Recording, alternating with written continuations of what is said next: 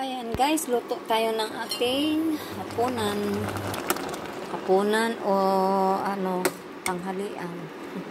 Kakauwi lang guys galing sa work kasi medyo maaga kami natapos. So ayan ang aking gulay na merong noodles. So ano-anong gulay guys ating nilalagay.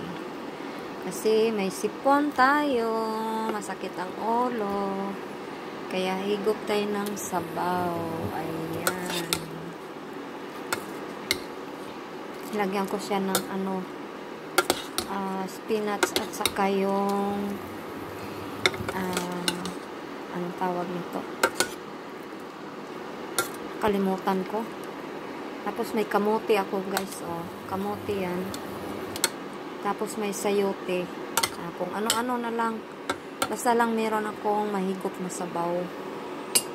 Ayan. Malamig na dito guys. Kaya kailangan kumain lagi ng mainit.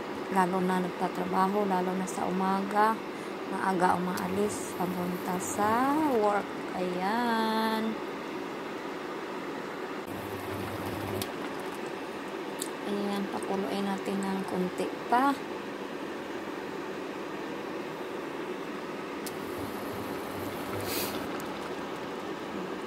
Yan. Meron din niyang mushroom, guys. Nilagyan ko ng mushroom. Sarap kasi yung sabaw ng mushroom. Ayan, mushroom na siya.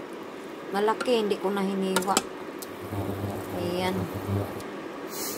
Malaki yung mushroom. Kaya, ayan. Kain na tayo.